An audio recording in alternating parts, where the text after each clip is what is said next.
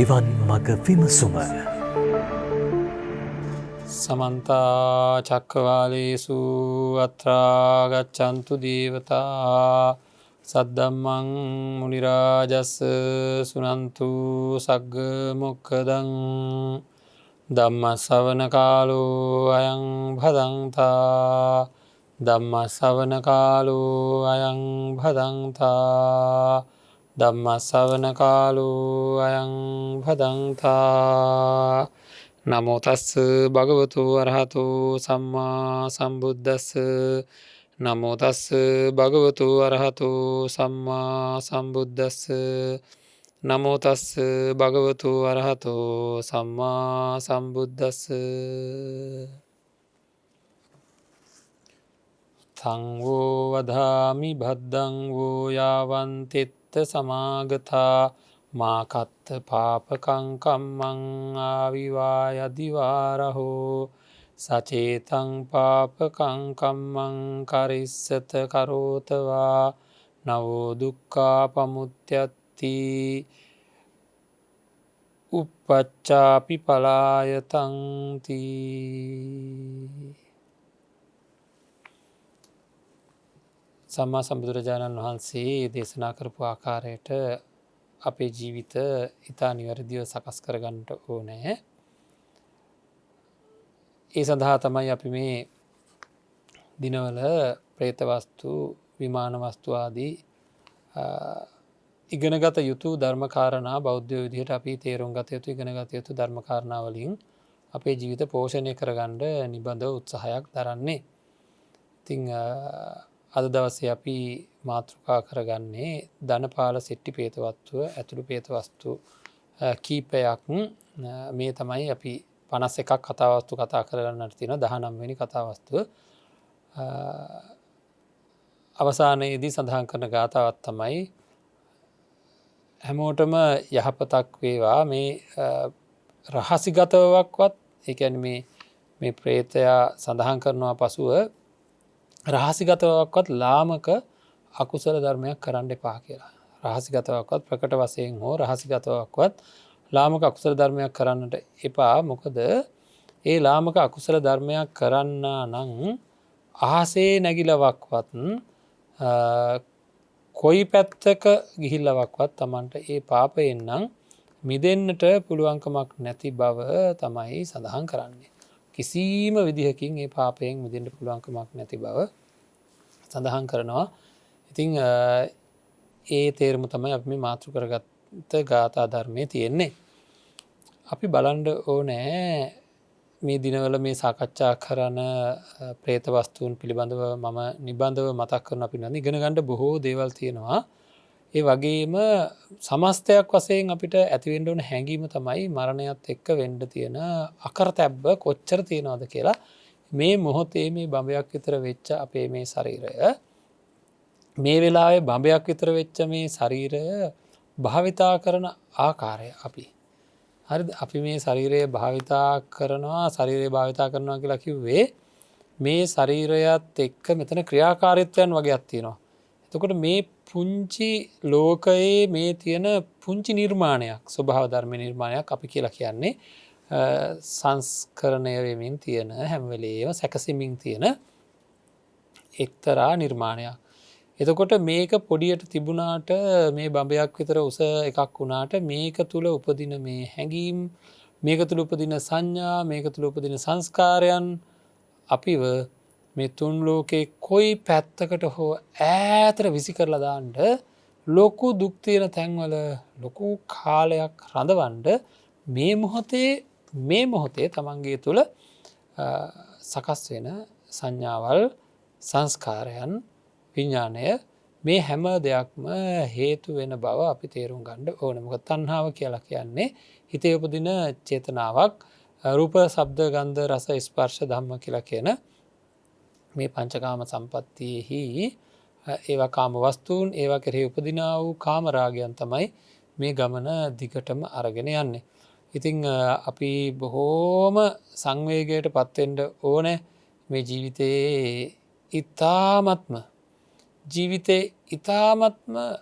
ගැඹුරු පැත්තක් අවධානය යොමු කර යුතු ඉතාමත්ම ගැඹුරු පැත්තක් තමයි මේ සංස්කාර පච්චයා විඤ්ඤාණං කියලා කියන නැවත උත්පත්තිය ලබන්න හේතු වෙන පුණ්‍යාභි අපුණ්‍යාභි ආනෙන්ජාභි සංස්කාරයන් කොයිතරම් නම් ලස්සනට පිළිවෙලකට පෘථග්ජන ජීවිතය අර්ථ දක්වන විදිහට සම්මත වශයෙන් බොහෝම හොඳට ධනය බලයෙන් ආඩ්‍යව හිටපු මිනිස්සු එක ක්ෂණයක ප්‍රේතය භූතය වෙලා අඩුම ගානේ කයට ආහාරයක්වත් නැතුව අඩුම ගානේ ඉතා පිපාසිතව කටයුතු කරමින් අතිවිශාල ගැටලුකාරී තත්ත්වයන් වලට පත් වෙලා අසරණ වෙලා ඉතා අසරණ වෙලා පිහිට වෙන්න කිසි කෙනෙක් නැති තත්ත්වයකට පත් වෙන ස්වરૂපය අපි තේරුම් ගත යුතු තියෙනවා. ඉතින් අපි බලමු මේ මෙවැනි උපදේශයක් දෙන්න සිද්ධ වෙච්ච මේ කතා ප්‍රවෘත්තිය කොයිතරම්නම් අපේ ජීවිතවලට එකතු කරගන්න පුළුවන් වෙයිද කියලා. බුදුරජාණන් වහන්සේ ජේතවනාරාමයේ වැඩ වාසය කරන කාලේ ධනපාල කියන ප්‍රේතයාව මූලික කරගෙන තමයි මේ දේශනාව සිද්ධ කරේ. බුදුරජාණන් වහන්සේ ලෝකේ පහළ වෙන්න පෙර දසන්ත නම් රටේ ඒරකච්ච කියන නුවර ධනපාල කියලා සිටුවරයෙක් හිටියා. දසන්ත කියන රටේ ඒරකච්ච කියන නුවර ධනපාල කියලා සිටුවරයෙක් හිටියා. ඉතින් ඒ සිටුවරයා කිසිම සැදැහැවත් භාවයක් නැහැ. තුන්රුවන් කෙරෙහි කිසිම පහන් වීමක් නැහැ. තද මසුරෙක්. ඉතින් නැවත ඉපදීමක් කර්ම විපාකයක් නැත කියන දැඩි දෘෂ්ටියක් ගත්ත කෙනෙක්. ඉතින් ඒ විදිහට දැඩි දෘෂ්ටියකින් වැරදි වැඩ කරමින් ඉඳලා අන්තිමට මොකද වෙන්නේ? මැරිලා ගිහිල්ලා හරි ගැටලුවක් වෙන්නේ කාන්තාරයක වැලි කතරක ප්‍රේතෙක් කියලා උපදිනවා. මේ ප්‍රේතයාගේ ස්වභාවය සඳහන් කරනවා ප්‍රේත වස්තුවේ තල් කඳක් පමණ ලොකු ශරීරයක් තියෙනවා කියලා. ඉල්පීගිය සමක් රළු සමක් කියන්නේ පිරිච්ච රළු හමක් තියෙන තල් කඳක් විතර ලොකු ශරීරයක්. කෙස් ඊටාම විරූපයි, බියකරුයි, දුර්වර්ණයි. ඒ කියන්නේ බොහෝම විරූපයි කියලා සඳහන් කරලා තියෙන්නේ. බියකරු පෙනුමක් තියෙනවා. 50 අවුරුද්දක් අඩුම ගානේ බත්හුලක් හෝ දිය බිඳුවක් හෝ ලැබලා නැහැ. හරිද? එතකොට ඒක හින්දාම උගුර තොල් දිව බෙහෙවින්ම ඒ කියන්නේ උගුර තොල් දිව වේලියක් ගිහලා තියෙන්නේ සා පිපාසාවෙන් බඩගින්නෙන් පිපාසාවෙන් දෙකෙන්ම පෙළෙමින් මේ මරු කතරේ එහාට මෙහාට ඇවිදිමින් ඉන්න ඊටාම දුක්ඛිත තත්ත්වයට පත් වෙච්ච මේ ප්‍රේතයා මහා දුක් විඳින තත්ත්වය බලව කියලා දේශනාවේ සඳහන් කරලා තියෙනවා. ඉතින් මේ බුදුරජාණන් වහන්සේ පහළ වෙලා දම්සක් පැවතුම් සූත්‍රය දේශනා කරලා ඉතින් සවැත් නුවර ඒ දේශනා කරපු කාලයේ සවැත් නුවර වැසියන් 500ක් විතර වෙලෙන්දෝ ගල් 100ක බඩු පටවාගෙන මේ කතරෙන් යනවා දැන්. ඉතින් එහෙම යන අතර හවස් වෙච්ච වෙලාවක වියලි ගඟක් ළඟට ඇවිල්ලා ගල් ටික ලෙහෙලා දාලා එතන ඒ ගඟ ළඟ වියලි ගිය ගඟක් ළඟ ඉන්නවා. ඉතින් මේ ප්‍රේතයා මොකද කරන්නේ? අර මේ මිනිස්සු ඉන්න තැන් වලට එනවා මේ පැන් ටිකක් ලබා ගන්න පුළුවන් වේද කියලා බලන්න. ගඟ වියලිලා ගිහිල්ලා ගඟින් බිඳක්වත් පැන් ගන්න පුළුවන් කමක් නැහැ. ඉතින් කිසිමම තැනකින් පැන් ටිකක් ලබා ගන්න බැරුව මෙයා කලන්තේ දාලා වැටෙනවා. පය පන නැතුව හරියට මුලින් සිදුණු ගහක් වගේ. ඉතින් අර තල් ගහක් විතර ලොකු ශරීරයන්නේ. තල් ගහක් වගේම වැටෙනවා. ඊට පස්සේ කොහොම හරි මේ වෙලාවේ මේ වෙලෙන්දා මේ ප්‍රේතයාව දකින්නට සැලැස්සෙනවා. ඊට පස්සේ අහනවා මේ මොකක්ද කියලා. අහපුවාම අර කලින් වගේම මේ ප්‍රේතයා සඳහන් කරනවා බොහෝ පව්කම් කොට මිනිස් ලොවින් ගිහිලා මෙහෙම ප්‍රේතෙක් වෙලා ඉපදුනා කියලා. ඉතින් මොනවද කරපු දුස්චරිත කියලා අහපුවාම ඉතින් කියනවා මේ විදිහට කයෙන් වචනයෙන් සිතෙන් බොහෝ දුක් කරා ඒ කලින් තිබ්බ කතා ප්‍රවෘත්ති සඳහන් කරනවා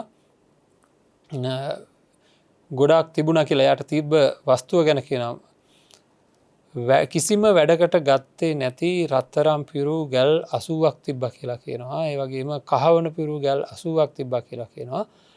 රත්තරම් මුතු මැණික් මහා ධනයක් තිබ්බා. දන් දීමට පොඩ්ඩක්වත් කැමැත්තක් තිබුණේ නැහැ.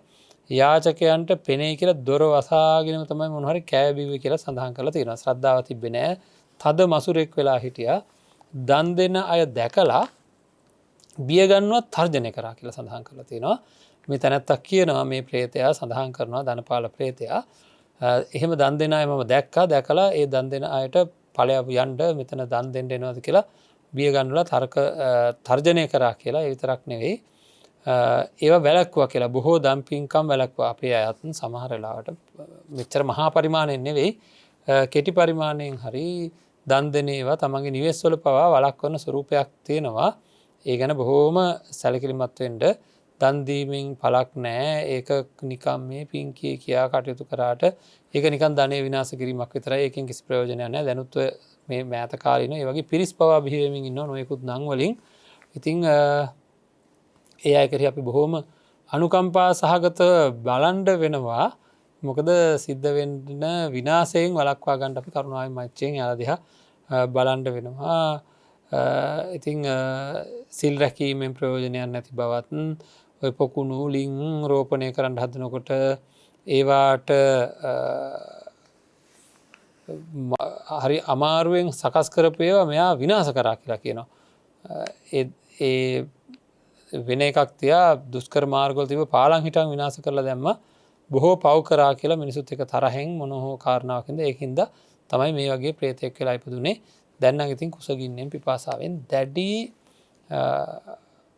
දුකටපත් වෙලා ඉන්න බව සඳහන් කරා. ඒ විතරක් නෙවෙයි මේ කතා ප්‍රවෘත්තිය මේ විදිහට දිගහැරෙනකොට මේ ප්‍රේතයාගෙන් හරි අපූර්ව කතාවක් කියවෙනවා. මේ දන් නුදුන්න හින්දා ඒ වගේම දාන වස්තු විනාශ කරපු හින්දා ඉතින් ප්‍රේතයෝම තමයි දන්නේ දන් නුදුන්න එකේ පාඩුව. මොකද ඒ විපාක විඳින්න වෙනකොට තමයි දැනගන්නේ දාන වස්තු පරිත්‍යාග නොකිරීම කොච්චර විනාශයට හේතු වෙනවද කියලා. ඒකින්ද ප්‍රත්‍යක්ෂ වශයෙන්ම තමන් විඳින හේයින් ප්‍රේතයෝම තමයි මේක දන්නේ කියලා සඳහන් කරලා තියෙනවා. නමුත් මිනිස්සුયો නොදන්නවා කියලා හිතන්න බෑ කියලා සඳහන් කරනවා. මොකද ඒ නොදන්නවා කියලා හිතන්න බැරි. ඒ වෙන මොකක්වත් හින්දා නෙවෙයි සාපිපාසාවෙන් පෙළෙන. හරිද? සාපිපාසාවෙන් පෙළෙන ප්‍රේතයන් වැනි මිනිස්සයන්ද මනුස්ස ලෝකයේ ඉන්න නිසාවෙන් කියලා. අන්න බලන්න අවධානය යොමු නොවීමයි ප්‍රශ්නේ තියෙන්නේ. ඇත්තටම කුණු ගොඩවල් හරහා උස්සමින් අපි මේ මිනිස්සෙන්ව පල්ලෙහාට දාන්න හදනනේ සමහර මිනිසුන්ට එවැනි පාප විපාක ලැබිලා තියෙනවා. කරපු පව්වල විපාක ලැබිලා තියෙනවා. මනුෂ්‍ය ජීවිතවල උන්මත්තකයෝ බවට පත් වෙලා ප්‍රේතයෝ ජීවත් වෙනවා වගේ ජීවත් වෙන සාපිපාසාවෙන් ජීවත් වෙන්න වෙලා තියෙන අය ඉන්නවා. ඉතින් ඒ දිහාවක්වත් බලලා අඩුම ගානේ මේවා ගැන කවර කතාවද මේ තල්කඳක් වගේ මේ මහා ලොකු සතෙක් වෙලා බඩ පිරෙන්නේ නැති වතුර උගුරෙන් පල්ලෙහාට යන්නේ නැති තත්යකට පත් වෙලා ඉන්න මේ ධනපාල ප්‍රේතයාගේ කතාව ගැන පැත්තකින් තියලා මේ ලෝකයේ සැබෑවටම ඊටාම දුක්ඛිත තත්ත්වයට පත් වෙලා ඉන්න මිනිස්සු දිහා බලන්න ඕනේ අපි. ඉතින් ඔන්න මේ කතාවෙන් ගත යුතු ආදර්ශය නිකන් බලන්න නෙවෙයි මාවත් මෙවැනි තත්යකට පත් වෙන්න තියෙන ඉඩ කඩක් තියෙනවා. මාවත් මෙවැනි තත්යකට පත් වෙන්න තියෙන ඉඩ කඩක් තියෙනවා. තමන් එක්ක ඊටාම අප්‍රසන්න පුද්ගලයෙකු තමන්ගේ වාහනේ ගොඩ කරවාගෙන යන්න වෙනවා. මම දන්න එක හිතවත් මහත්තයෙකුට ඊටාම දුස්සීල කෙනෙක්ව තමන්ගේ වාහනේ. ඉතින් මෙතුමා මේ පිළිබඳ මා සම කතා කරද්දි මම මතක් කරා එතුමාට ඔබට පැය කීපයකට මේ අප්‍රිය පුද්ගලයෙක් ආශ්‍රය කරන්න සිද්ධ වීමෙන් ඇති වෙන පීඩාව ඔපමණ නම් එවැනි පුද්ගලයෙකු ජීවිත කාලෙටම ආශ්‍රය කරන්න වෙලා තියෙන ඒ දරුවන්ට ඒ ඥාතීන්ට කොපමණ පීඩාවක් ඇද්ද කියලා කිව්වහම ඔළුවේ අත ගහගත්තා මේ තැනැත්තා. පින්වත්නි අපි මේව දිහා හරියට බලන්න. හරියට බැලුවොත් අපිට තේරෙනවා හොඳින්ම තේරෙනවා කොච්චර නම් දුක් විඳින සෙනගක් දුක් විඳින මහා පිරිසක් මේ ලෝකයේහි වාසය කරනවද කියලා. කොපමණ දුක් විඳින පිරිසක් ඉන්නවද කියලා අපිට හොඳටම තේරුම් ගන්න පුළුවන්කම තියෙනවා. මේවා ගැන ඉතාමත්ම ප්‍රවේශමෙන් අපි හිතලා බලන්න ඕන, තේරුම් ගන්නම ඕනේ. එහෙම නැත්නම් අපි ලොකු විනාශකාරී තත්යකට පත් වෙනවා අපේ ජීවිත. හොඳයි. ඉතින් ඒකින්ද මේ වාගේ ඉගෙන ගත යුතු දේ තමයි මේ තැන් වල තියෙන කතාවල තියෙන ප්‍රධාන කරුණු තමයි අපි මූලික කරගන්නේ. ඉතින් ඒ විතරක් නෙමෙයි මේ ප්‍රේතය සඳහන් කරනවා මම මේ තව මාස 5ක් විතර ගිය කාලෙකදී මගේ මරණය සිද්ධ වෙලා ඊට පස්සේ මම නියත වශයෙන්ම අවීචි මහ නරකාදී උත්පත්ති ලැබනවා කියලා අවීචි මහ නරකාදී පිළිබඳවත් විස්තර කරනවා. ඒ ගැන අපි සඳහන් කරලා තියෙනවා. ඉතින් ඒ විතරක් නෙවෙයි මේ ප්‍රේතයාව ඊට පස්සේ මොකද කරන්නේ? මේ වෙලෙන්දු බොහොම සංවේගයට පත් වෙලා මොකද කරන්නේ?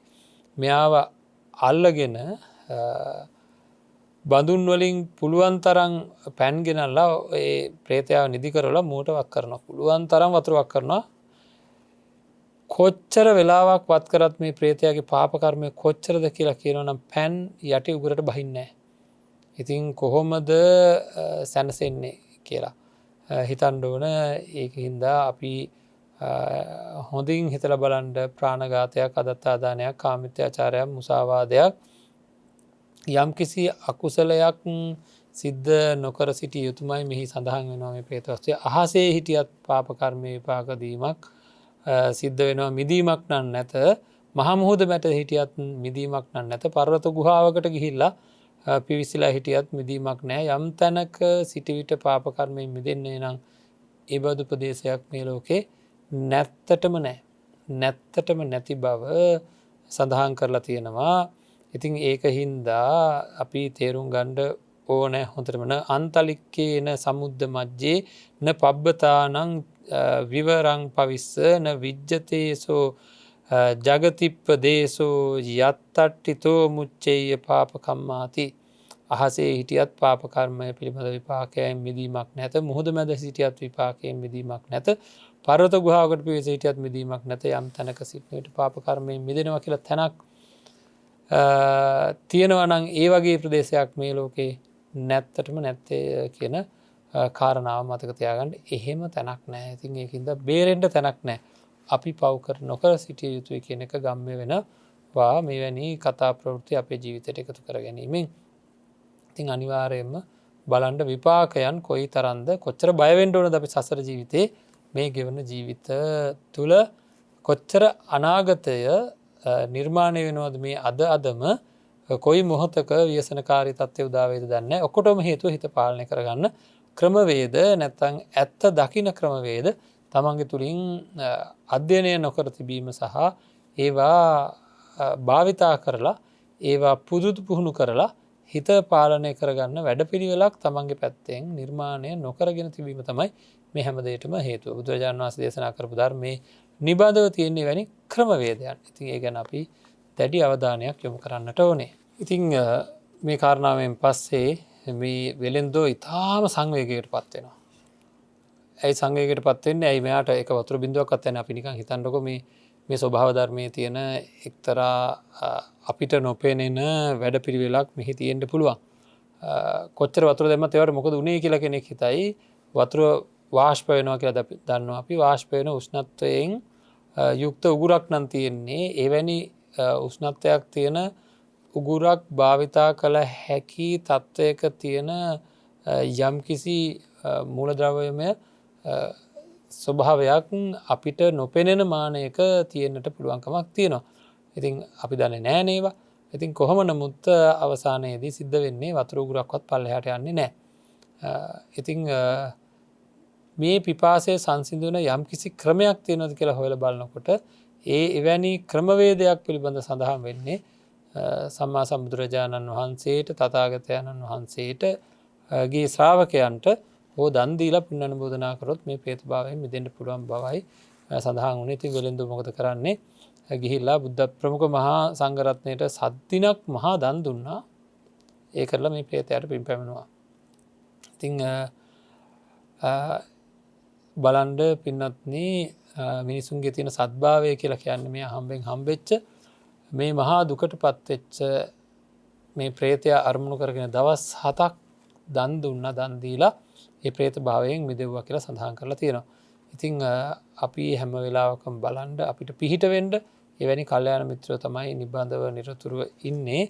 අමාරුවේ වැටුනොත් තනියම නම් ගොඩ එන්න බෑ. ඒ සීමාවේ මේ මනුස්ස ජීවිතේ ඉන්නකොට බුද්ධෝත්පාද කාලයක Tamanට තනියම බුදුරජාණන් වහන්සේ දේශනා කරපු ධර්මයට අනුව කටයුතු කරලා ගොඩාක් ව්‍යසන වලින් අත මිදෙන්න පුළුවන්. බොහෝ දන් පැන් ආදිය පූජා කරලා අනාගතයේ ලැබෙන්ට තියෙන ව්‍යසනයන්ගෙන් අයින්ෙන්ට පුළුවන්කමත් තියෙනවා ශ්‍රද්ධා සම්පන්න හිතින් නිවැරදි චේතනාවන් ඇති කරගෙන එවැනි අවස්ථාවක් ලත් කාලයක් මේක ඔහේ ඉන්ඩ එපා ඔහේ ඉන්න නැතුව බොහෝ කුසල් රැස් කරගන්න බොහෝ පින් රැස් කරගන්න ඉන්න වෙලාවෙන් උපරිම ප්‍රයෝජන ගණ්ඩ බලන්ට අන්න අය සරණාගමනය පිහිටවන්ඩ අන්න අයට අන්න අය සීලේ පිහිටවන්ඩ බොහොම කරුණාවෙන් මෛත්‍රයෙන් කටතු කරන්න නිධානයක් තැන්පත් කරගත්තාවාගේ වචන අන් අයට ඒ වගේ නිධානයක් තැන්පත් කරගත්තාවාගේ තැන්පත් කරගත හැකි වචන භාවිතා කරන්න සරල ඉතාමත්ම අල්පේච්ච අන් අයට මහා පිහිටක් සිද්ධ කරන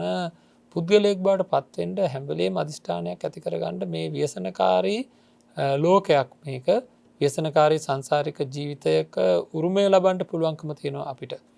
එකද බොහෝ ප්‍රවේශමෙන් ජීවිතය නිවැරදි කරගන්නඩ දැඩි අධිෂ්ඨානයක් ඇති කරගන්නඩුවන මහිතන්නේ අපි මේ හා සමානම තවත් ප්‍රේතවස්තුවක් ඊළඟ කාරණාව සඳහන් ධනපාල ප්‍රේතවස්තු වගේම තමයි චුල්ල සෙට්ටි ප්‍රේතවස්තුව කියන්නේ කතා ප්‍රවෘත්තිය පුංචි වෙන සක්තින එච්චරයි අපි එකත් කෙටියෙන් මතක් කරමු මොකද හැම කතාවක්ම විස්තර කරනවා කියලා අපි සාකච්ඡා කරගත්ත හින්දා බුදුරජාණන් වහන්සේ ජේතවනාරාමයේ වැඩවාසය කරනකොට චුල්ල සෙට්ටි කියන ප්‍රේතයෙකු මූලික කරගෙන තමයි මේ දේශනාවත් සිද්ධ කරන්නේ බර්ණැස්නුවර එක්තරා කෙළඹියෙක් වාසය කරා කියලා සඳහන් කරලා තියෙනවා ශ්‍රද්ධාව නැති තුන්රුවන් කෙරෙහි අප්‍රසන්න භාවයෙන් යුක්තව කටයුතු කරන මසුරු දැඩි මසුරුකම් තියෙන පින්කිරීමෙහි ආදරයක් නැති මිත්‍යා දෘෂ්ටික චුල්ල සෙට්ටි කියන එක්තරා කෙළඹියෙක් වාසය කරා කියලා සඳහන් කරලා තියෙනවා. ඉතින් එයාත් මොකද උනේ ගිහිලා ප්‍රේතයන්ට ඉපදෙනවා. ප්‍රේතයන් අතරම උපදිනවා. ශරීරය මස් ලේ වලින් තොරයි. තියෙන්නේ ඇට නහර විතරක් වගේ හිස මුඩුයි නිරුවත්. ඉතිං ඒ ප්‍රේතයාගේ ඒ කලින් හිටපු කෙළඹියාගේ දියණිය අනුලා කියන තැනැත්තිය අන්දකවින්ද කියන ගමේ ඇගේ සැමියත් එක වාසය කරනවා. ඉතින් මේ තැනැත්තිය පියාට පින්දීම සඳහා බ්‍රාහ්මණයෙන් වලදන්ඩ බ්‍රාහ්මණීට දන් දෙනවා සහල් දානෝප කරන ආදිය පිළිල කරලා කටයුතු කරන ඉතින් ප්‍රේතයා මේක දැකලා ආසාාවෙන් හරි දැන් හරි අයි කියන අදහසින් රජගහනුවරට එනවා. ඉතින් රජගහනුවර ඉන්න අජාසත්ත රජ්ජුරුවෝ අජාසත්ත රජ්ජුරු ඒ වෙනකොට පීතෘ ඝාතක කර්මය කරලා දාලායි ඉන්නේ. ඒහින්ද අධික්ක පසු තැවිල්ලෙන් නපුරු හීන දකිමින් නිදාගණ්ඩ විදිහක් නැතුව රජමාලිගාවේ උඩුමහලට ගිහිලා සක්මන් කර ඉන්නවා ඒ වෙලාවේ. අපි දන්වන පීතෘ ඝාතක පාපකර්මයත් එක්ක ඇතිවෙච්ච පසු තැවීම අජාසත්ත රජ්ජුරුවන්ට ඊට පස්සේ බුදුරජාණන් වහන්සේ ගැන පැහැදිලත් අවසානයේදී සාමාන්‍ය ඵල සූත්‍රය දේශනා කරන වෙලාවෙත් බුදුරජාණන් වහන්සේ සඳහන් කරන්නේ මේ රජතුමාට සෝවාන් වෙන්න අවස්ථාව තිබුණා. මෙතනදීත් අපිට සඳහන් කරන්න ඕන එක සෝවාන් වෙන්න අවස්ථාව තිබුණා මේ සූත්‍ර ධර්මය අවසානයේදී. නමුත් පීතෘ ඝාතක කර්මය හේතු වෙන හින්දා සෝවාන් ඵලයට පත් වෙන්න පුළුවන්කමක් නැහැ කියලා. ඉතින් අජාසත්ත රජුරෝ මේ ප්‍රේතයව දකිනවා. මේ ලේ මසින් තොර අර ඊටාම දුර්වර්ණ හිස මුඩු වෙලා තියෙන නිර්වත් ස්වභාවයේ තියෙන ඊටාමත්ම දුක්ඛිත අතර පත් වෙලා ඉන්න ප්‍රේතයව දැකලා අජාසත්ත රජුරෝ අහනවා මේ කුස වෙච්ච පැවිද්දෙක්වත්ද මේ කොහේ යනවද කියලා අහනවා. මොනහරි දෙයක් ඕන ලබා දෙන්න පුළුවන් කියලාත් කියනවා. ආපු කාරණාව මොකක්ද කියලා මේ අහනවා. ඒ අහපුවාම ප්‍රේතයා විස්තර කියනවා මම බර්ණැස් නුවර මහා ධන සම්පත් ඇතුව හිටියා කියලා විස්තර ටික අජාසත්ත රජුරන්ට කියනවා. ඉතින් මේ විස්තර කියනකොටත් අපිට බොහෝ සංවේගී උපදින ආකාරයක් තියෙනවා. ඉතින් මේ ප්‍රේතයා සඳහන් කරනවා මම බොහොම කාම සම්පත්වල ගිජ්ජු වෙච්ච තැනැත්තෙක් වෙලා හිටියේ. බොහෝ පාප කර්මයන් සිද්ධ කරා ප්‍රේත ලෝකයට ආවා. කිසිම දන් දෙන්න කිසිම අදහසක් තිබුණේ නැහැ. අන් අය ගැන බොහොම කිසි සැලකිල්ලකින් කටයුතු කරපු කෙනෙක් නෙවෙයි. හරියට රිදවමින් කටයුතු කරා. දැන් ඉතින් වෙලා තියෙන දේ තමයි මේ කරපු පාප කර්මයන් හේතු කොටගෙන ඉදිකටු වලින් නිතරම විදිනවා වගේ. හිතන්නකො ඉදිකට්ටකින් විදිනකොට කොච්චර අමාරුද? ඉදිකටු වලින් නිතරම විදිනවා වාගේ සමාන වූ සාගින්නෙන් පෙළෙනවා කියලා. කිසියම්ම ආහාරයක් ප්‍රාර්ථනා කරගෙන නෑයන් සමීපයට ගියාට මොකද උනේ කලින් මම දානය පිළිබඳව දන් දෙන අයත් වළක්වපු හින්දා නොයෙකුත් ආකාරයේ බොහෝ පාපයන් කරපු හින්දා මම මේ සාගින්නෙන් පෙළෙනවා. මිනිස්සු ඉතින් මිනිසුත් මේවා දැනගත යුතුව තියෙනවා, දන් දිය යුතුව තියෙනවා ආදි වශයෙන් මේවා කියලා අන්තිමට කියන මම මේ අන්දක වින්ද ගමට කෑම සඳහා යනවා කියලා. ඉතින් අජාසත් රජුරුව සඳහන් කරනවා මේ යන්න ගිහිල්ලා එහෙමනම් ඒ දියණියන් විසින් පිළියෙල කරලා දෙන දාණයද අරගෙන කෑමත් අරගෙන එන්න මමත් යම්කිසි පූජාවක් කරන්නම් කියලා අජාසත් රජුරුව සඳහන් කරනවා. ඒකත් ලබා ගන්නට කියලා කියනවා. ඉතින් ඊට පස්සේ මේ ප්‍රේතයා මොකද කරන්නේ? ඒ අන්දක වින්ද රටේ බමුණන්ට දන් දෙන තැනට යනවා. ඉතින් ප්‍රශ්නයක් වෙනවා. එක පැත්තකින් ඒ බමුණු දුස්සීලයි සීල්වන්ත අය වෙන්නේ නැහැ. ඒ දානේ දුන්නට මේ ප්‍රේතයාට මේ ආහාර ලැබෙන්නේ නැහැ. ප්‍රේතයාට ආහාර ලැබෙන්නේ අපි මේ වෙනකොට දන්නවනේ. ඒ මහා සංඝරත්නයේ විශේෂ දානේ පූජා කරලා පුණ්‍ය අනුමෝදනා කරපු ඒ සීලවන්ත ගුණවන්ත මහා පිරිස් වලට දන් දුන්නා තමයි ආනිසංස වාරය වැඩි. ඒකින්ද මේ ප්‍රේතයාට අර එයාගේ දියණියන් විසින් දෙන දානයේ ආනිසංස වාරය ලැබෙන්නේ නැහැ. ඊට පස්සේ ආයෙ එනවා අජාසත් රජුරුව ළඟට ඇවිල්ලා පෙනී හිටලා මේ විස්තරය කියනවා. විස්තරය කිව්වට පස්සේ ඉතින් මොන හරි දෙන්න බලනකොට දෙන්න බෑ. ඊට පස්සේ මේ ප්‍රේතය සඳහන් කරනවා බුදුරජාණන් වහන්සේ ප්‍රමුඛ මහා සංඝරත්නයට දන් දීලා එන්න ඒ පින ප්‍රේතාත්මයෙන් මුදවන්න අනුමෝදන් කරන්න කියලා. ඊට පස්සේ ඉතින් අජාසත් රජුරුව ඉක්මනින්ම ගිහිල්ලා බුදුරජාණන් වහන්සේට සහ මහා සංඝරත්නයට ඉතාමත්ම උදාර ප්‍රණීත දානයක් පූජා කරලා මේ දානය එක්තරා ප්‍රේතයෙකු උදෙසා දෙනවා කියන කාරණාවත් බුදුරජාණන් වහන්සේට සැලකරලා ප්‍රේතයාට පින් දෙනවා. ඊට පස්සේ ඒ පුණ්‍ය අනුමෝදනා කරනකොටම මේ ප්‍රේතයා ඒ ප්‍රේත භාවයෙන් මිදිලා දිව්‍ය භාවයක් ලබා ගන්නවා කියලා සඳහන් වෙනවා. ඒත් එක්ක මෙතන පෙනී හිටලා මේ විස්තර කියනවා. ඉතින් බුදුරජාණන් වහන්සේ මේ කරුණ මුල් කරගෙන ඒ පැමිණිලා හිටිය පිරිසට ධර්ම දේශනා කරනවා. ඉතින් එහි ධර්මය ශ්‍රවණය කරපු බොහෝ ජනයෝ මසුරු මල දුරු කරගෙන දන් දීම ආදී පින්කම් වල නිරත වුණා කියලා සඳහන් කරලා තියෙනවා. ඉතින් අපි තේරුම් ගන්න ඕන මසුරුව අපේ ජීවිතයට මොන හරි දෙයක් එකතු කරගෙන තිබුණා කියලා ඇති පළක් වෙන්නේ නැහැ. අපි ජීවිත සුරක්ෂිත කරගන්න ඕන. හැම වෙලේම විශේෂයෙන්ම ඔය මිත්‍යා දෘෂ්ටි සමාදානය කියන එක ගැන අපි චුට්ටක් අවධානය යොමු කරලා බැලිය යුතුව තියෙනවා. මිත්‍යා දෘෂ්ටි සමාදානය කියලා කියන්නේ අන් අයවත් වැරද්දෙහි පොළඹවාගෙන ඒ අයව සමාදන් කරවා ගැනීම. ඒ අයව සමාදන් කරවා ගැනීම ඉතාමත්ම නරක, ඉතාමත්ම විපාක තියෙන. දේවදූත සූත්‍රයේම සඳහන් වෙනවා පින්වත්නි, සිතෙන් කරන වැරදි, වචනයෙන් කරන වැරදි, එතකොට කයෙන් කරන වැරදි කියන මේ තුන තමයි මේ අපායන්ට හේතුනේ. ඊට අමතරව මිත්‍යා දෘෂ්ටි සමාදානය කියලා. ඉතින් අන් අයව තමනුත් ඒ මිත්‍යා දෘෂ්ටියේ සමාදන් වෙලා අන් අයවත් ඒ මිත්‍යා දෘෂ්ටියේ සමාදන් කරවාගෙන කටයුතු කරන ස්වરૂපය බොහෝ දෙනෙක්ගේ තියෙනවා. තමන්ගේ දෘෂ්ටිය අන් අයට යොමු කරවලා ඒ අයව ඒ පාපයන්හි ඇලී ගලී වාසය කරන පිරිස් බවට පත් කරන එක. ඒකින්ද අපි හැම වෙලේම බලන්න ඕනේ හැම නිමේෂයකම අපේ ජීවිතය ඉතාමත්ම නිවැරදි කරගන්න කළ යුතු නොකළ යුතු දේ මොනවද කියලා. නිවැරදි කරගන්න නොකර ඉන්න ඕන දේවල් වගේකුත් තියෙනවා, කරන්න ඕන දේවල් වගේකුත් තියෙනවා. ඒවා හොඳින් දැනගෙන තමයි අපි කටයුතු කරන්න ඕන. එහෙම නොවුනොත් අපේ ජීවිත සුරක්ෂිතභාවයට පත් වෙන්නේ නැහැ. හැම වෙලේම පංචශීලය ආදී රැකගනිමින් පාපේ බය දකිමින් මේ අපි දින ගණනාවක් තිස්සේ මේ සාකච්ඡා කරමින් ඉන්න මේ කරුණු අපේ ජීවිතයට එකතු පාදා කරගනිමින් කටයුතු කරන්න ඕන. ඉතින් ජීවිතයට කොහොමද එකතු කරගන්නේ? නැවත නැවත මෙනෙහි කිරීම කරන්න ඕනේ. නැවත නැවත මේ කියපු කාරණා නැවත නැවත සිහි කරන්න ඕනේ. අපි කතා කරපු කතා ප්‍රවෘත්ති අරගෙන ඒවා ජීවිතයට එකතු වෙන විදිහට සංවේග උපදින තැන් තියෙනවානේ. එක එක්කෙනාට පින්වත්නි සංවේග උපදින්නේ එක ආකාරයේ තැන්වලදී. ඒ කෙනාට ඒක දැනෙන්නේ එක ආකාරයට ඒ කෙනාගේ දෘෂ්ටි අනුව. ඒ කෙනාට ඇතිලා තියෙන දෘෂ්ටින් අනුව තමයි ඒ කෙනාට හුඟක් වෙලාවට අපිට ඒවා දැනෙන්නේ එක සිද්ධි. සමහර අයට ජරාවට පත් වෙනවා දැක්කහම දුක හිතෙන අතර වාරේ සමහර අයට ව්‍යාධියට පත් වෙනවා දකිනකොට ගොඩක් දුකට පත් වෙනවා කෙනෙක්ව සමහර අයට මරණයට පත් වෙනවා දකින්නකොට ගොඩක් සංවේගය ඇති වෙනවා. ඒ වගේ එක එක්කෙනාට සංවේද කාරණාවල වෙනස්කම් තියෙන්න පුළුවන්. මේ කතා ප්‍රවෘත්ති කතා කරගෙන යනකොට ඒ තැන්වලදී සිද්ධ වෙලා තියෙන දේවල් පිළිබඳ සංවේගය උපදින තැන් ඔක්කොටම එක වගේ නෑ.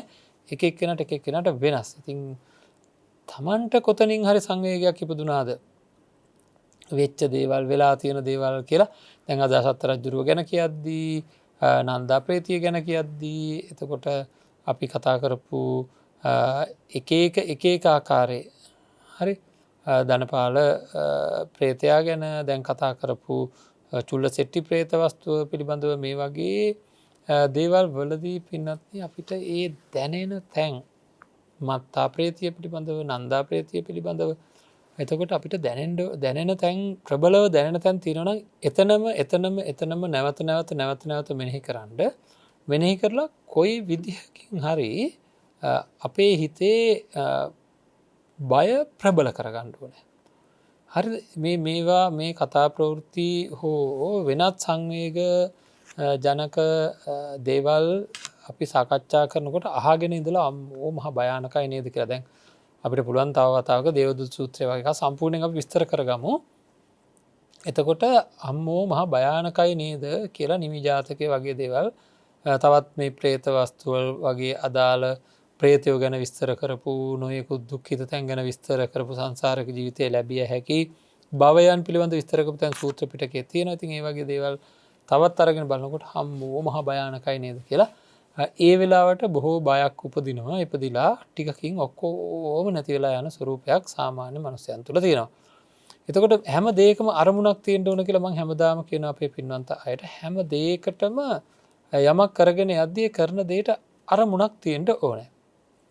ඇයි අපි මේ දේ කරන්නේ කියලා දැනගෙන කරන්න ඕනේ කියන කාරණාව මම හැමදාමත් අපේ පින්වන්ත අයට මතක් කරනවා කරන දේ දැනගෙන කරන්න. අනිත් එක කළ යුතු ප්‍රමාණය කොච්චරද කියලා දැනගන්න. භාවනාවක් කරද්දීත් හැමදාම අපි කියන්නේ පාපයෙන් වළකින ආකාරයට නැත්තම් තරහ යට වෙන ආකාරයට මෛත්‍රිය වැඩිලාද කියලා නිබඳව බලන්න. ඊර්ෂියාව නැති වෙන ආකාරයට ඊර්ෂියාව යට වෙලා යන ආකාරයට අඩුම ගානේ මුදිතාව වැඩිලාද කියලා බලන්න. සුබ හැඟීම නැති වෙන ආකාරයට අසුබය ප්‍රබල වෙලාද කියලා බලන්න කියලා. ඒ වගේ මේ කතා ප්‍රවෘත්තිත් එක්ක අපිට ඉගෙන ගත යුතු ප්‍රධාන කාරණාවක් තියෙනවා. මේවත් එක්ක අපිට ඇති වෙන්න ඕන සංසාර බය. වරදෙහි බය. වරදෙහි වැරදි සිද්ධ කරන්න හිතේ එනවා තල්ලුවක්. හරිද? ඒ තල්ලුව තමයි තද බල තල්ලුවක් එනවා. ඒ කියන්නේ මොකක්ද මේ නොකර ඉන්න බැරි වෙන තත්ත්වයට හිත ඇදිලා යන ස්වරූපයක් තියෙනවා වැරදෙහි. අන්න ඒ වේගය තමයි අපිව වැරද්ද පැත්තට දරුණු විදිහට අරගෙන යන්නේ. වැරදි කරන තැනට දරුණු විදිහට අරගෙන යන්නේ හිතේ ඇතිවන්නා වූ වේගය. අන්න ඒ ඇතිවෙන වේගය අපේ පැත්තෙන් අපි හොඳට බලලා තේරුම් ගන්න ඕනේ. ඒ වේගය අභිබවා යන්න වෙනත් වේගයක් හැදෙන්න ඕනේ. හැම වෙලේම ශක්තිමත් දේ තමයි ක්‍රියාත්මක වෙන්නේ. හයියෙන් යමක් අදිනවා නම් කොයි හරි පැත්තකට ඊට වැඩි වේගයකින් තවත් කෙනෙක් ඒක ඇද්දොත් යන්නේ නැහැ අර පැත්තට. හැබැයි ඊට අඩු බලයක් යදුවොත් එහෙම අර පැත්තට ඇදලා යනවා. ඒ වගේ අපේ හිතේ පාපයෙහි බයට බලයක් තියෙන්න ඕනේ. හරිද? පාපයෙහි බයට බලයක් තියෙන්න ඕනේ. මේ දැන් මේ ධර්මයේ ශ්‍රවණය කරපුවාම දැන් ඊයේ දවසේ අද දවසේ අපි പ്രേත වස්තු විසර ප්‍රමාණයක් කතා කරා. പ്രേත වස්තුන් පිළිබඳව මම හිතන්නේ කතා ප්‍රවෘත්ති 6ක් විතර මේ දින දෙකේ අපි සාකච්ඡා කරා. එතකොට ඒවත් එක්ක ළඟ මේ වගේ දේවල් ඇහෙනකොට විඳින දුක් අර තල් ගහක් කපලා දැම්මා වගේ ධනපාල ප්‍රේතයාව බිමට දාලා බිම වැටෙනවා. එයා වතුර ටිකක්වත් නැතුව මහා කාන්තාරයක උපදින ප්‍රේතෙක්.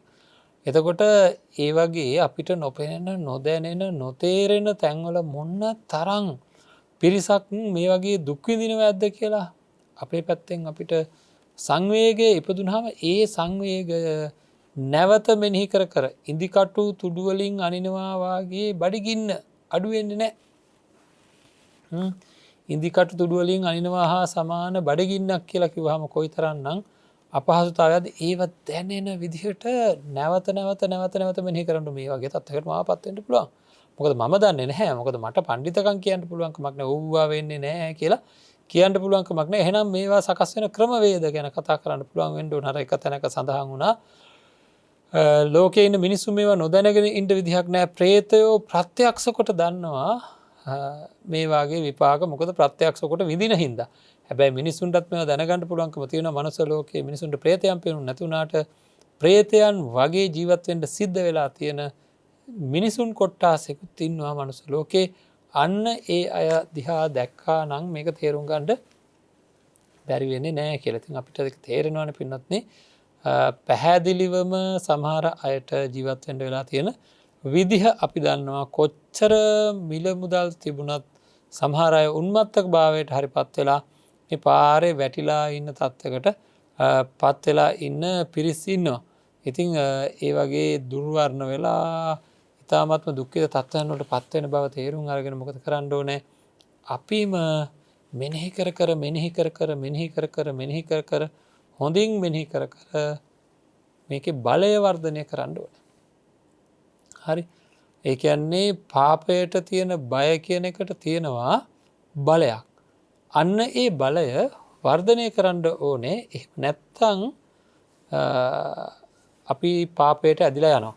එතකොට බය වැඩි වෙනකොට කෙරෙන්නේ නැහැ. කරන්නේ නැහැ නෙවෙයි කෙරෙන්නේ නැහැ. ඉතින් වැඩි කරන්නේ කොහොමද? නැවත මෙනෙහි කර කර මෙනෙහි කර කර මෙනෙහි කර කර තමයි ඒක වර්ධනය කරගන්නේ. එහෙම නැත්නම් තමන්ට අවශ්‍ය කරන කඩයිමට යන්නට පුළුවන්කමක් ඇත්තේ නැහැ. තමන් බලාපොරොත්තු වෙන භාවනාවකින් නිසි ප්‍රයෝජනයක් ලබා ගන්නවක්වත් හිත පෙළඹෙන්නේ නැහැ. කුසලයේ වර්ධනය කරගන්න ඔය අකුසලයේ තියෙන ප්‍රබලත්වය ඉතා හොඳින් දැක්කේ නැත්නම් පුළුවන්කමක් ලැබෙන්නේ නැහැ. ඒ ගැන නැවත අවධානය යොමු කරන්න ඕනේ. මේක තමයි මේකෙන් අපි ලබා ගන්න මහා පන්නරය. අපේ හිත පාපේ බය උපදවා ගන්න කටයුතු සම්පාදනය කරගන්න ඕන කියන එක. ප්‍රේත වස්තු විමාන වස්තු ගැන කතා කරද්දී තේරෙන්න ඕන මරණය කියන එක කොයි මොහොතේද කියලා කියන්න බෑ. මේක මරණානුස්සතියක් වගේ අපේ ජීවිතේට එකතු වෙන්න ඕන. මරණය කියන එක කොයි මොහොතේද සිද්ධ වෙන්නේ කියලා කියන්න බෑ. එහෙනම් මගේ ඊළඟ භවයේ ආරම්භය කොයි මොහොතකද වෙන්නේ කියලා කියන්න බෑ. හීනයක් දැකලා හැරුණා වගේ මේ ජීවිතෙන් අපිව අත මිදෙන්නේ. හරිද? මේ මොහොතේ හිතන්නකො බලන්න මේ මොහොතකට හිතන්න හීන දැකලා තියෙන ඕන තරම්. ඉතින් පෙර භවය කියන්නේ හීනයක් විතරයි. දැන් ඒක මතකයක්වත් නැහැ. හරි මේ ජීවිතේ අපි මේ දැන් ඉන්නවා. ඉතින් දැන් අම්මා ඉන්නවා, තාත්තා ඉන්නවා, සහෝදරයෝ ඉන්නවා, ඥාති ඉන්නවා. නොයෙකුත් ආකාරයේ පිරිස් ඉන්නවා. අපි අපේ වටේ හැම කෙනෙකුටම අදාළව. ඉතින් ඒ ඔක්කොගෙම අයින් වෙලා කොයි වෙලාවක හරි මට ස්ථීර වශයෙන්ම මේ ලෝකයෙන් යන්න සිද්ධ වෙනවා කියන එක හිතන්න. එතකොට හීනයක් දැක දැක ඉඳලා ඇහැරුණා වගේ. හරිද? හීනයක් දැක දැක ඉඳලා ඇහැරුණා වගේ වෙනත් ප්‍රදේශයක වෙනත් තැනක තමන්ගේ උත්පත්තිය සිද්ධ වෙලා තියෙන්නේ. මේවා එකක්වත් දන්නේ නැහැ. මනුස්ස විදිහට ජීවත් වෙද්දී අපි දන්නවා මේවා එකක්වත් දන්නේ මේ ජීවිතයේ සිද්ධ වෙන එකදු කාරණාවක්වත් දන්නේ නැතුව ඔහේ ඉන්න සිද්ධ වේවි. ඉතින් ඒකින්ද මේ ප්‍රබලව අති ප්‍රබලව සංසාර බය උපදවා ගන්න කටයුතු කරන්න ඕනේ. එහෙම නැත්තම් අපිට බලාපොරොත්තු වෙන කඩයිමට අපි මේ කරන දේෙන් ප්‍රයෝජනයක් වෙන්නේ නැති වෙයි. මේවා නැවත මතක තබාගෙන මෙනෙහි කරන්න ඕනේ. නැවත මෙනෙහි කරන්න ඕනේ. එතකොට තමයි ඔය හිතේ තියෙන බය උපදින්නේ. ඒ වගේම ලැජ්ජාව උපදිනවා. ඒ ලැජ්ජාව හරි අපූර්ව විදිහටයි උපත්ය සිද්ධ කරගන්න ඕන හිතේ උපදවා ගන්නට ඕනේ. ඒ ගැනත් අපි හොඳින් දැනගෙන ඉන්න ඕන. ලැජ්ජා බය කියන දෙක තමයි අපිව ධර්ම මාර්ගය තුල අරගෙන යන්න විශාල හේතුවක් වෙන්නේ. මෙච්චර ව්‍යසන වෙලත් මෙච්චර දේවල් තියෙද්දිත් මට මේ කියන්නේ මේ විපාක දැනගෙන මේ പ്രേත වස්තු ගැන දැනගෙන විමාන වස්තු ගැන දැනගෙන එතකොට නිමි ජාතකය දේවදූත ජාතකය විතරක් නෙමෙයි මේ හිතේන අනර්ථභාවයනුත් ඔක්කොම දැනගෙන මගේ හිතේ මේ උපදින කෙලෙස් නැතිවන්නේ නැහැ කියලා තමන් සංවේගයටපත් වෙන්න ඕනේ. ඒ සඳහා ක්‍රමවේදයන් හොයන්න ඕනේ. මේවා දැනගත්තට විතරක් මේ කෙලෙස් සංසිඳෙන්නේ නැහැ. ඒවා දැනගත්තට විතරක් කෙලෙස් සංසිඳෙන්නේ නැහැ.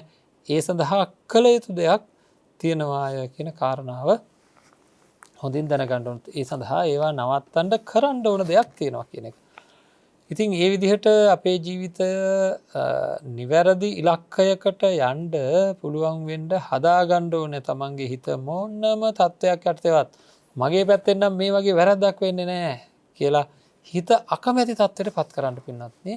ඒ වැරද්දෙන් අත මිදීම සඳහා හිත වැරදි කරන්න අකමැති තත්ත්වයට තද බල ප්‍රතිරෝධයක් තමන්ගේ පැත්තෙන් එන්න ඕනේ. එවැනි වැරද්දක් සිද්ධ වෙන්න හේතුවක් සකස් වීගෙන එනවා වාගේ තේරුණොත් ඒ හේතු අයින් කරන්න තරම් අපි බුද්ධිමත් වෙන්න ඕනේ.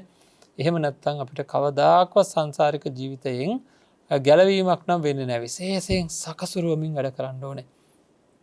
මේ හිත රැක ගැනීම සඳහා අපි හැම නිමේෂයකම ඒ සිත ආරක්ෂා කරන අයව ආශ්‍රය කරන්න ඕනේ. බාලයන්ගේ ආශ්‍රයෙන් අපි අයින් වෙන්න ඕනේ. ඒ විදිහට ජීවිතේ හදාගත්තේ නැත්තම් නම් කොතන හරි වර්ධීවි. ඒකින්ද ළඟ ඉන්න අයගේ අභිවෘද්ධිය ගැන විතරක් තමන්ගේ දරුවන්ගේ අභිවෘද්ධිය, දෙමව්පියන්ගේ අභිවෘද්ධිය ඒ හැම එකක්ම ඕනේ.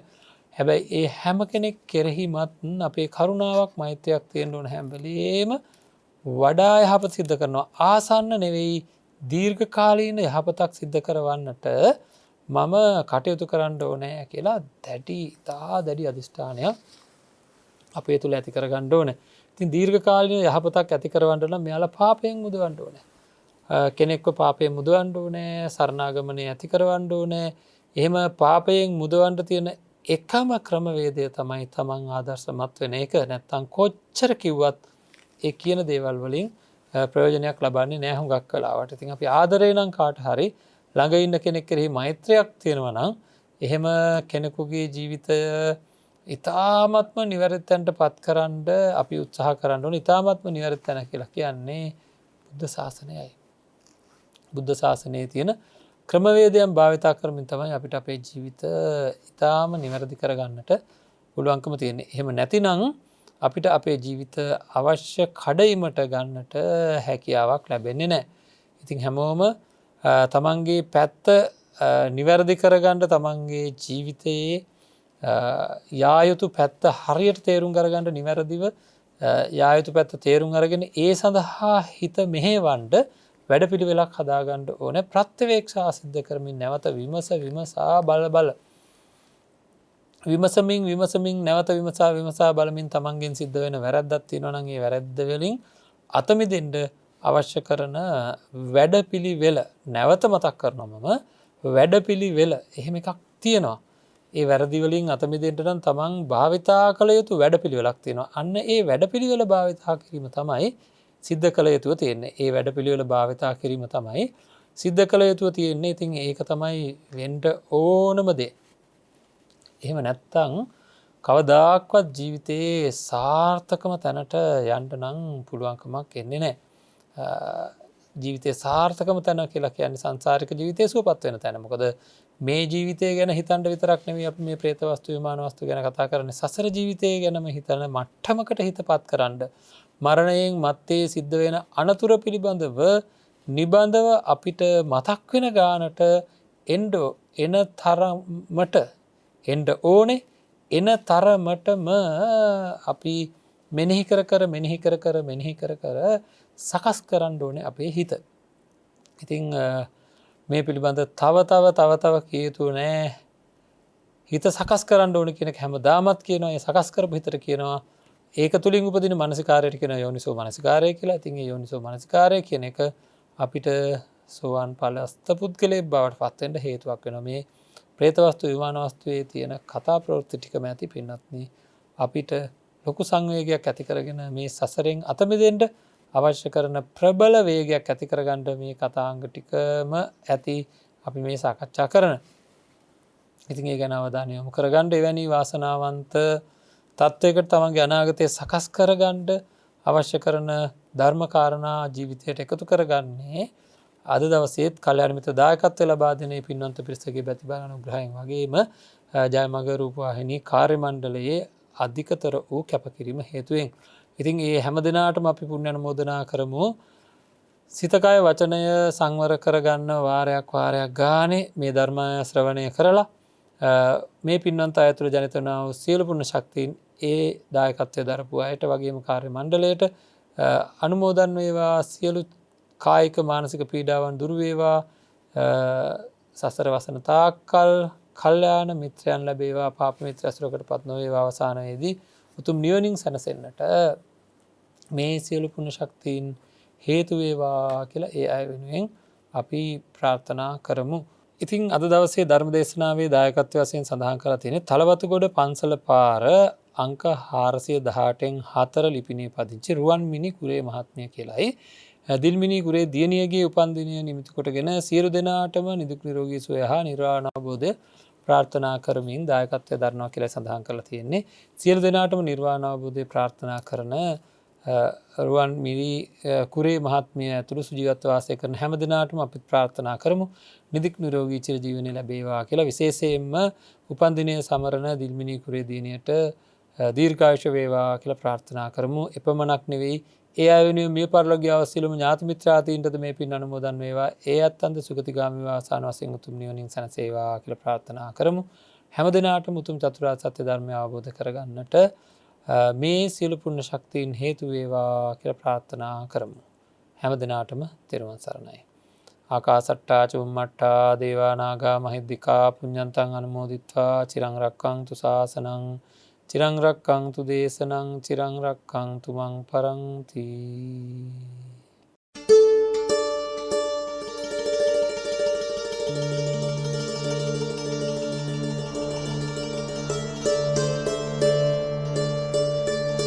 නිවන් මඟ විමසුම